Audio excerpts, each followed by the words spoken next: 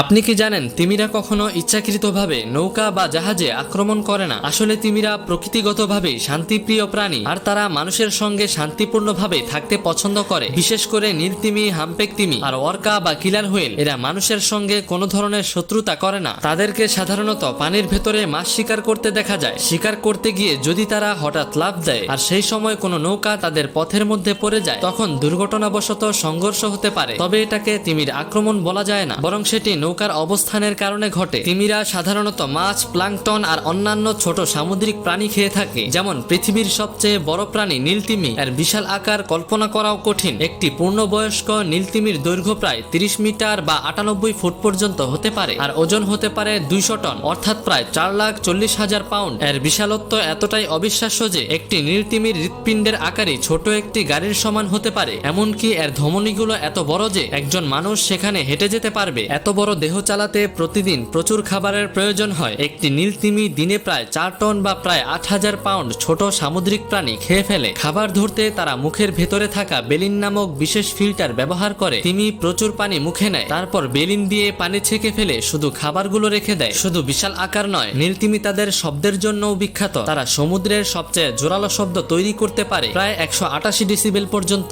এত শক্তিশালী শব্দ 800 কিলোমিটার বা প্রায় 500 মাইল দূর থেকেও শোনা যায়। এই শব্দের ফ্রিকোয়েন্সি এতটাই কম যে মানুষের কানে শোনা না গেলেও এটি সমুদ্রের গভীরে অনেক দূর পর্যন্ত ভেসে যেতে পারে। নীলতিমি এই শব্দ ব্যবহার করে সঙ্গী খোঁজা আর শিকার শনাক্ত করার কাজে। তিমির আরো বিভিন্ন প্রজাতি রয়েছে, যেমন হাম্পেক তিমি, স্পার্ম তিমি আর ওয়ার্কা বা কিলার হুইল। হাম্পেক তিমির দৈর্ঘ্য সাধারণত 13 থেকে 16 মিটার হয়ে থাকে। অন্যদিকে ওয়ার্কা বা কিলার হুইলকে তিমিদের মধ্যে সবচেয়ে শক্তিশালী শিকারী ধরা হয়, আর এর দৈর্ঘ্য প্রায় 8 মিটার বা 26 ফুট পর্যন্ত হতে পারে। বন্ধুরা, আপনারা কি কখনো তিমি মাছকে সামনে থেকে দেখেছেন? দেখে থাকলে অবশ্যই কমেন্টে লিখে জানান। ভিডিওটি ভালো লাগলে লাইক ও শেয়ার করুন, আর আমাদের পেজে নতুন হলে অবশ্যই ফলো করে সাথে থাকুন।